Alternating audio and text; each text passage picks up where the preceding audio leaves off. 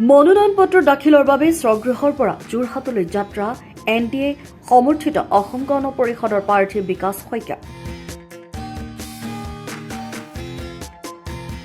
ৰেণুপমা ৰাজখোৱাৰ চৰণ চুই আশীৰ্বাদ লৈ মনোনয়ন পত্ৰ দাখিলৰ বাবে স্বগৃহৰ পৰা যোৰহাটলৈ ৰাওনা বিকাশ শইকীয়া।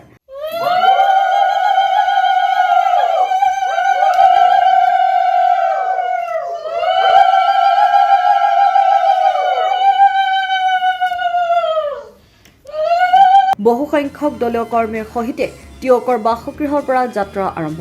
যোৰহাটৰ অসম গণ পৰিষদৰ কাৰ্যালয়ৰ পৰা দলীয় কৰ্মীসকলক লগত লৈ বৃহৎ ৰেলীৰে মনোনয়ন দাখিলৰ বাবে উপস্থিত হ'বগৈ উপায়ুক্তৰ কাৰ্যালয়ত।